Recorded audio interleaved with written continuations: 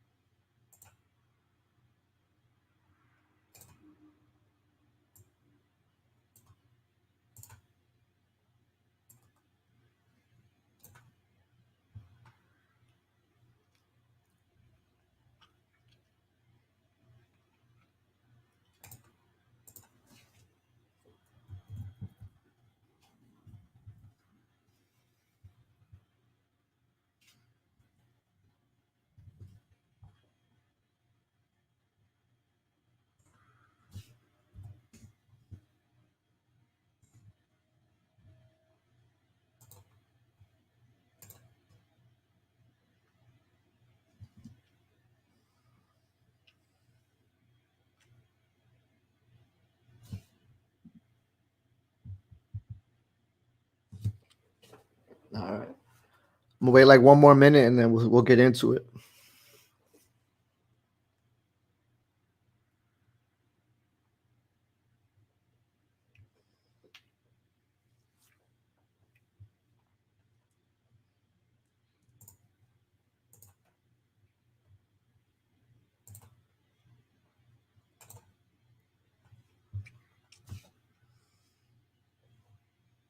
Who we got in here? Who we got in here? Introduce yourself.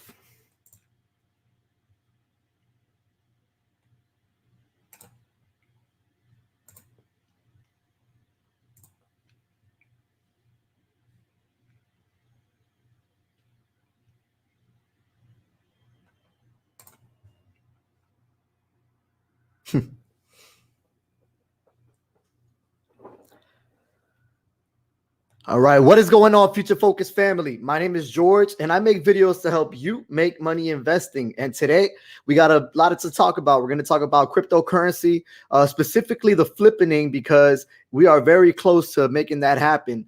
If you don't know what the flippening is when Ethereum, which is about half the market cap of Bitcoin, surpasses Bitcoin. And we're going to take a look at a few charts to show us where we are with that. But with all that said, let's just get right into it. All right, so let me share the screen here.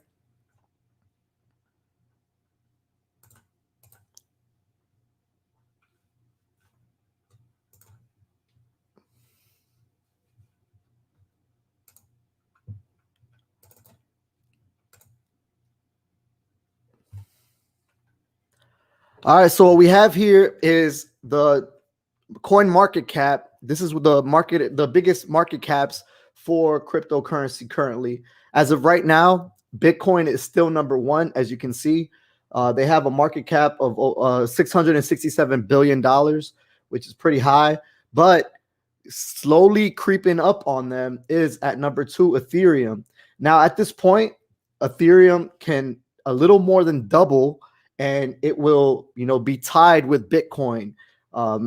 So that's kind of close to happening. Not only that can happen, but also Bitcoin can fall and Ethereum can surpass it as the number one cryptocurrency, which would be a big deal because, that's never happened this whole entire time. Bitcoin has been the number one market cap for a while now. So you just got to keep that in mind. Over here, you got my favorite one, Cardano, sitting at number 5 at 53 billion. Not too far behind. So the thing with these three, the major thing with these three is just the level of cryptocurrency that they are. So Bitcoin is the first generation cryptocurrency. It's not really anything. It's just a untangible asset that you can pass back and forth. But we're going to look at something big, a big development from them that just came out, and it involves El Salvador, the president of El Salvador. Ethereum is a second generation blockchain, and it allows you to do more. You can do smart contracts on there. They're building dApps on there. They're building NFTs on that platform. So it's pretty big. And they also have something coming down the pipeline, which is called Ethereum 2.0. And we're going to take a look at that as well.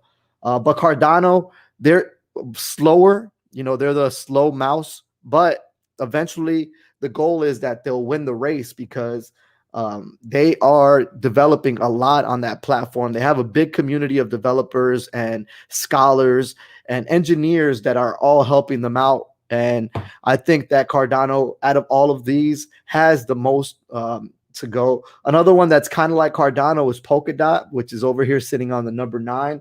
But as of right now, I favor Cardano, not just because they're the bigger market cap, but Charles Hoskinson and his vision. I follow that very closely, and I'm a Cardano knight. I just made that up. One thing we got to look at is the Bitcoin dominance. And currently the Bitcoin dominance is sitting at 6.27%. And this just talks about the entire market cap in the entire cryptocurrency, how much of that market cap for all the cryptocurrencies that exist belong to Bitcoin. And as you can see, it's 62.7.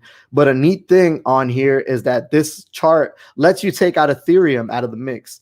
And when you take Ethereum out of the mix, you can see that Bitcoin jumps up to an 88.6% dominance. So if Ethereum didn't exist, that's how much Bitcoin would be dominating right now. But Ethereum does exist, and it reduces the market cap weighting for Bitcoin with the entire Bitcoin dominance. As you can see, today's is 62.6. The weekly high has been 65.32, and the weekly low of the Bitcoin dominance has been at 62.47. So just something to keep in mind. We could look at the all-time, and we can see that it's dropping. It dropped previously. The lowest it's gotten, if you look back here, back in 2017, it dropped to 50%. So that was like the all-time low. But with a lot of these other coins actually showing value, and the more that people that are retail investors and institutional investors start realizing that, Bitcoin is really more of the digital gold, and these other cryptocurrencies have a lot more to offer, the more that the dominance is going to shift and it's going to go down. Bitcoin is not going to always be the number one cryptocurrency as more people find utilization in some of these other coins. If you're watching this, go ahead, drop a comment. Let me know which of the cryptocurrencies you are keeping in mind. Which ones are the ones that you are analyzing, you are looking at. It'd be nice to see which ones you are looking at. There's cryptocurrencies coming out every single day, and if I've never heard of it, I like to do research on those. I think the best product that will ever exist in cryptocurrency hasn't even been thought of yet. So we'll see especially when those generation 4, generation 5, generation 6 cryptocurrencies start coming out. So that's the Bitcoin dominance chart. The next thing we'll look at is the flippening, and this is when Ethereum takes over Bitcoin as the number one cryptocurrency. So the term flippening refers to the hypothetical moment of Ethereum overtaking Bitcoin as the biggest cryptocurrency. At 100%, they both have the same market capitalization. So that's saying that when this chart hits 100%, they will be tied. And then, when it hits 101%, that means that Ethereum has overtaken Bitcoin as the number one market cap. So even though market cap is the main metric to determine the flippening above, there are a number of other metrics that can be observed below. So there's other things you can look at as well. This one is the active addresses flippening. These are the active addresses that are moving from Bitcoin, that like selling Bitcoin and moving to building new wallets that house Ethereum, or making transactions that sell Bitcoin and they move to Ethereum. So just something to keep in mind there. All right, so the next one is the transaction count flippening, like how many transactions are occurring on there. And you can see that Ethereum has already surpassed on that front. So there's 100% that have been surpassed on this one. Transactions volume flippening, it's over 100%. So Ethereum has taken over on this count as well. The trading volume flippening, you can see that The trading value is gone to Ethereum as well. Total transaction fees, Flippening, excuse me. And obviously, since Ethereum is more of a adolescent, Bitcoin is more of the senior here. You're gonna have this right here. There's obviously more nodes that have mainly Bitcoin than nodes that have Ethereum.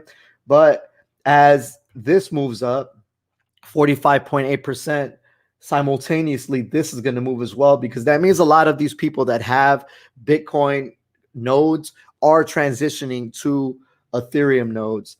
And this is the Google search interest, Flippening. And this is a good one as well. It just lets you know what people are searching for. But more people search for Bitcoin than Ethereum. But a big reason for that you have to take into account is that the reason they're doing that is because a lot of people that don't really know, they look at cryptocurrency as Bitcoin. So instead of searching the word cryptocurrency, they'll search for the word Bitcoin because that's what they think all of it is. So that's just another thing you keep in mind when you go into the Google search.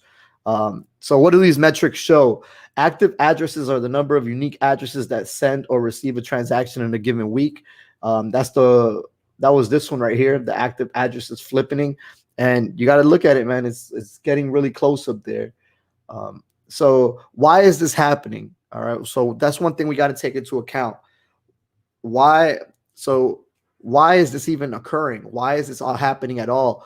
Let's look at that. All right. There's other things that are coming into terms, and Ethereum is transitioning into more of a dynamic utilization cryptocurrency, and Bitcoin is just Bitcoin, it's just another way. So ETH 2.0 is one of the reasons why. There was things that were wrong with Ether when it was first created, and Ethereum is changing, it's upgrading. They're doing something called ETH 2.0, and that's just the next generation of Ethereum, and it's just an evolution process that is occurring.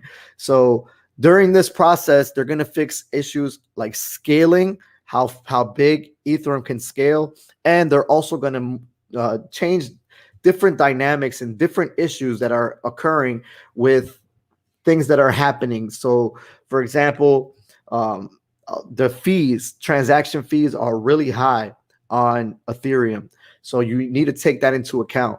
It's very, very high, and a lot of people are paying for that. Does that make sense? So as we go through here, upgrading Ethereum to radical new highs. The Ethereum we know and love, just more scalable, more secure, more sustainable. So what is ETH 2? All right, so that's a question a lot of people have.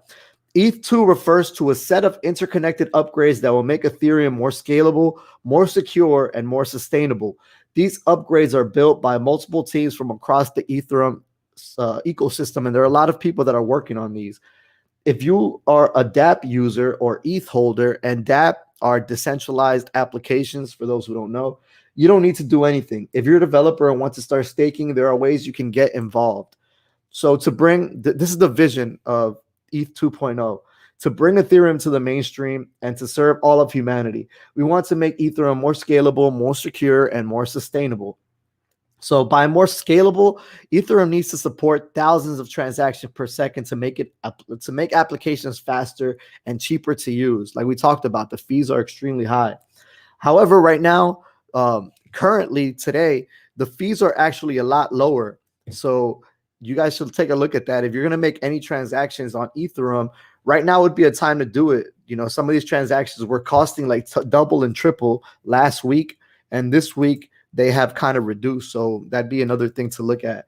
But as we look here, Ethereum needs to be more secure. As the adoption of Ethereum grows, the protocol needs to become more secure against all the forms of attack. Ethereum needs to be better for the environment. The technology today requires too much computing power and energy. As we dive into the vision, they're going to make Ethereum more scalable, secure, and sustainable, all while keeping Ethereum's core ethos of decentralization, which is, the main purpose of a lot of these cryptocurrencies. The ETH 2.0 upgrades is a set of upgrades that improve the scalability, security, and sustainability of Ethereum. Although each is being worked on in parallel, they have certain dependencies that determine when they will be deployed. First, we got the beacon chain. This is the first ETH 2.0 addition to the ecosystem. The beacon chain brings staking to Ethereum, lays the groundwork for future upgrades, and will eventually coordinate the new system. And it's currently live. The merge. Mainnet Ethereum will need to merge with the beacon chain at some point. This will enable staking for the entire network and signal the end of energy intensive mining. And then we have the shards, or also known as sharding. Shard chains will expand Ethereum's capacity to process transactions and store data. The shards themselves will gain more features over time, roll out in multiple phases. So if you want to help with ETH 2.0, there are plenty of opportunities to weigh in on the upgrades, help with testing, and earn rewards. And they're moving to what Cardano has. Cardano has something that is called staking, proof of stake. Until now, Ethereum has been using something called proof of work. But right now, they're using proof of stake. That means people will start gaining staking rewards for holding Ethereum. So the key to the ETH 2.0 upgrade is the introduction of staking. If you want to use your ETH to help secure the Ethereum network, make sure you follow these steps. Set up with the Launchpad. To stake in ETH 2.0, you'll need to use the Launchpad. This will walk you through the process. So you can't just stake it anywhere you want. You're going to have to use the Launchpad. Confirm staking addresses. Before you stake your ETH, be sure to check you've got the right address. You must have gone through the Launchpad before doing this. So keep that in mind as well. So some frequently asked questions about Ethereum 2.0. When will ETH 2.0 ship? ETH is a set of distinct upgrades with different ship dates. So there's a lot of different things going on. Is ETH 2.0 a separate blockchain? It's not accurate to think of ETH 2.0 as a separate blockchain. So that's a lot of questions I get asked as well. How do I prepare for ETH 2? You don't need to do anything right now to prepare for it. And ETH is just the mainnet that the transactions are happening on today. So that's all you need to know with that. So what are the ETH 2 phases? And the phases relate to the phases of work and focus on the ETH 2 technical roadmap. And that's one thing you just got to keep in mind there. All right. So there's a lot to consider there, a lot to take in. But there's also some bullish news that we got going on in this cryptocurrency market. So the president of El Salvador just announced something huge, and we're going to get into that right now. All right. And as you're watching this, don't forget to drop that like button. Don't forget to hit that subscribe button. But with all that said, let's get right into this new development. All right. So the president of El Salvador says he's submitting a bill to make Bitcoin legal tender. And that's huge. An emotional Jack Mallers announced the news at Bitcoin 2021 conference in Miami. And if you don't know, this is a big conference that's been going on. Kevin O'Leary from Shark Tank is there. You got Elon Musk there. You have a lot of people that are big in the cryptocurrency market and trying to learn more about it or very hyped about it. They're at this big conference where they're trying to find solutions together. But it was announced there, El Salvador is developing a bill to recognize Bitcoin as legal tender. According to President Nayib Bukele, in a videotaped announcement shown Saturday, he said he will submit the bill next week. Zap's Jack Mallers announces the news at the Bitcoin 2021 conference in Miami. He said his company is working with Bukele to implement a plan. The bill must be reviewed by the country's legislative assembly, but with the populist Bukele's upstart political party in the firm's control, approval seems all but assured Saturday afternoon. The bill's approval would likely make El Salvador the first nation to adopt a Bitcoin standard. Its full text was not immediately available. But as you can see here, central banks are increasingly taking actions that may cause harm to the economic stability of El Salvador, that in order to mitigate the negative impact from central banks, it becomes necessary to authorize the circulation of a digital currency with a supply that cannot be controlled by a central bank and is only altered in accord with objective and calculable criteria. So as much news as there is out there about countries that are banning cryptocurrency or banning it, a lot of people are misinterpreting it as well. They're not really banning those cryptocurrencies. One of the things that they're doing is just they're they're trying to worry about the mining of it and the implications that the energy consumption of these miners and what it can do to the environment. Because a lot of these countries, especially the ones in the G7 summit, they have all tried to state that by 2050, they want to be either carbon negative or carbon neutral or net carbon zero. So there's a lot of things going on with that. So when you see articles like the one we're looking at right now, it's very bullish, because while there's countries that are, quote unquote, banning mining, now we have El Salvador that is set to be the first Bitcoin country and the first country to make Bitcoin legal tender and treat it as a world currency and have Bitcoin in the reserves. Hey, Tin Yang, what's up, brother? Long time. I hope everything's great with you, man. Thanks for supporting. Hope everything's good with you, brother. So as you can see, it's not yet clear what being the first Bitcoin country will mean for the fiscally unstable and oppressively poor Central American nation, where 70% of residents lacking a bank account. But it's not yet clear what being the first Bitcoin country will mean. The 39-year-old Burke claimed in recorded remarks that his plan will have short-term benefits for thousands of unbanked individuals, and he also claimed it will generate jobs. And in the medium and long term, we hope that this decision can help us both push humanity at least a tiny bit into the right direction. So as you can see, there is bullish news out there for cryptocurrency along with all the negativity.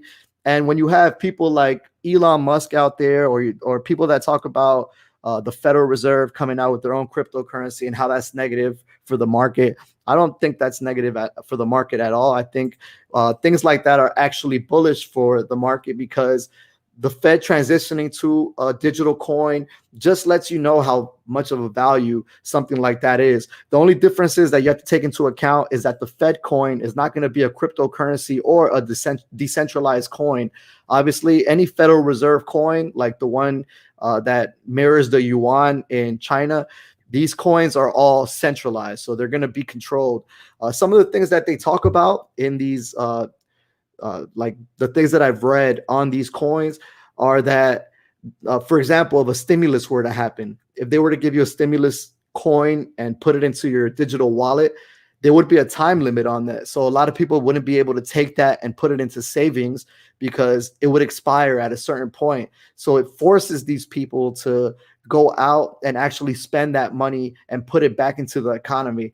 One of the things that backfired previously this last year is that a lot of people weren't going out. So when the not the cryptocurrency, but when the stimulus checks came in, a lot of people just put that into the savings account. And you could see that because one of the economic indicators that you view whenever we're looking at this, economists can see how much money has gone up in different things. So you can see savings account money increasing.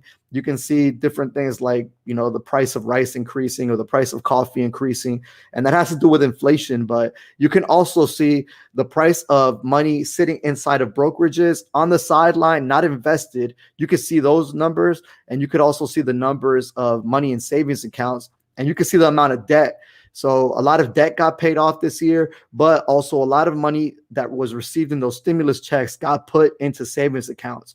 So in the future, if the Fed coin does go into circulation and it becomes something that's fully tangible for everybody to have, we're all going to need to have digital wallets. And whenever we do get a stimulus check, or if we ever, 2060, 2070, 2080, somewhere down the road, we go into a social economic thing where all of us are getting paid, whether we work or not getting paid, some of the things that get talked about, a lot of speculation. But if we do end up there, then that's how they can control it. They could just put time limits on these coins. And now we're forced to have to put it back into the economy. And we'll see, I'd like to hear from you guys, what you guys think about something like that happening. But one of the other things that are coming out are the big implications with taxes. And that's the next thing we'll look at here. So the big four, there's a lot of it's called chain analysis. So blockchain analysis. There's people out there that are being paid by the governments of different countries to identify transactions that are occurring because people are getting away with not paying capital gains taxes. And there's a lot of money being lost out there. I think it was calculated about 80 billion lost in 2021 was a calculation that was being put out there. What's up, Larry B. Miller? Good to see you, brother. We're about to get on Call of Duty after this, man.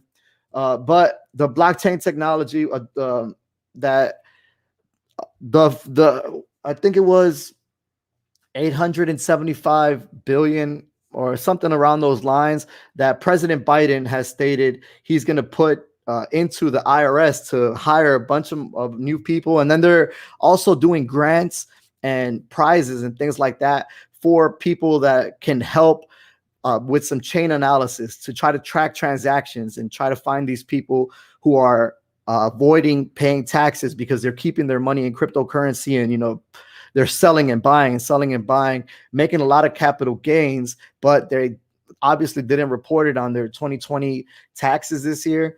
And the Fed wants their money. So over the last couple of months, we've expanded our work. We recently closed the first ever crypto fundraising deal at PwC, in which we led a 14 million Series A for a Swiss-based crypto firm with Asian family offices. We are also the auditor for BC Group, a publicly listed crypto company in Hong Kong. Auditing, like regulatory clarity, provides confidence to all stakeholders that companies are operating transparently and adhering to expected industry standards. As the business of digital assets continues to grow and mature, the compliance and regulatory standards become more robust. Auditors will continue to play a pivotal role. And like anything else in the economy, whenever you talk about the negatives, there's also positives that come with it. If the government, so what do you think about debit cards for crypto like Coinbase is coming up with? Great question, Larry. So what do I think about that? I think it's bullish. I think the more use cases you have for a cryptocurrency is bullish. The only thing that I would watch is that I haven't read on Coinbase specifically, but I know there's some other ones out there that they charge you a fee. So it's kind of like you're getting taxed on tax. So you're paying a fee for using that card. So even though it's not a credit card, you're using your actual money. It's not like a checking account where, you go pay something and it's your money. So the bank doesn't charge you for using your money. However, some of these charge you a transaction fee, like a 10% transaction fee. So just think about paying $100 for every $1,000 you spend in just fees from using the card. So I think that's something that would dissuade me. But if they had a cryptocurrency card that I can use and it wouldn't charge me any fees, then that would be more bullish to me. Besides that, I would use like the credit cards. You have credit cards out there that give you bonus points back. That's another thing I would look at, if these coins are giving you bonus points back. But great question, Larry. But back to my original point, everything that has bearish signs to it, you got to look at the bullish signs to it too. If the government can prove that they can audit the cryptocurrencies, then they'll be more likely and more apt to make it happen. Another reason that this is big is that the G7, they just had a summit, and in part of that summit, they agreed, a lot of these G7 countries agreed unanimously to impose a 15% tax. It still has to get voted and all that, but they all agreed to, try to put it into existence. That means that a lot of these companies out there, especially big tech that has headquarters in different countries that haven't been paying taxes, or in the United States, like Amazon in 2018, they made billions of dollars and they paid zero in taxes. These companies would have to pay a 15% capital gains tax, which I don't think it's going to hurt them, but it's going to change the dynamic. And a lot of it is because, a lot of these countries, especially Europe, are in debt. And that because of things like Brexit. Europe is probably one of the ones that's hurting more than ever. So I'm not surprised that they were excited about doing anything that's going to bring more money into their economy. And the fact that they did that, now big tech can try to find a loophole and say, you know what, we're going to use cryptocurrencies for our transactions, and they won't be able to track those cryptocurrencies. So now the governments are trying to attack it from that end as well. Like, no, you're not going to get away with it over there. We're going to get you if you try to go that route as well. So, but but if they can do that, if the Federal Reserves, the central banks, and the IRS can track all of these transactions, it makes it more bullish because that's more money. Every time somebody makes a transaction with capital gains and they pay taxes on that, that's more money that can potentially go back into the economy. And we're in a lot of debt, so having the ability to start paying some of this debt back would be impressive. So back to Ethereum and some of the things that make Ethereum 2.0. Here's some of the things you need to know. Is an upgrade to the Ethereum network, which improves the speed, efficiency, and scalability. It's going to drastically increase the network bandwidth and reduce gas costs. Gas costs and Ethereum are freaking insane. But as I mentioned a little bit earlier, right now they're cheaper than they were last week. So if there's a transaction you want to make with Ether and you've been holding off on it because of the prices or the gas fees, now would be the time to make it because the volatility has caused it to drop. So some keywords you need to know is sharding. Ethereum will be broken into 18 shards that operate at the same time. This will drastically improve efficiency.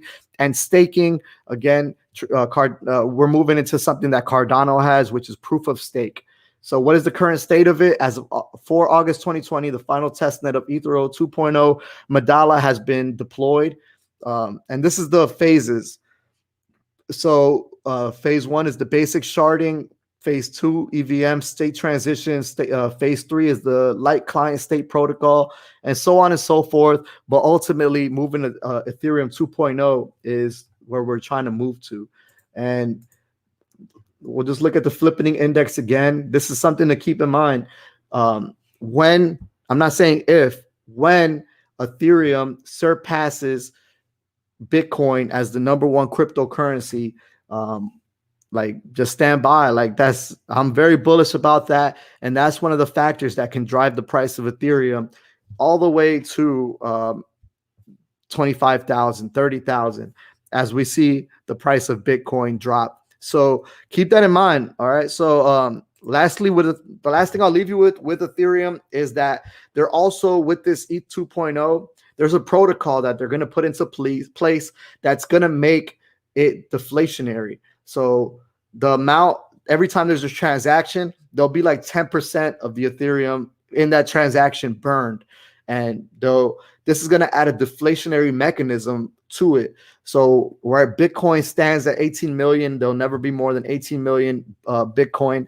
Ethereum has a lot more coins. So as this happens, you're going to see the amount of coins that Ethereum has drop and drop and drop, which anything that's deflationary is always bullish, especially going against the dollar, which is inflationary.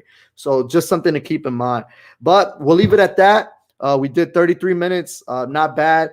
Ting Yang again. Larry, what's up, man? I appreciate the support. Everybody else that watched, press that like button, subscribe button. As always, invest in me and press that like button. Invest in yourself and smash that subscribe button. It costs you nothing. Until next time.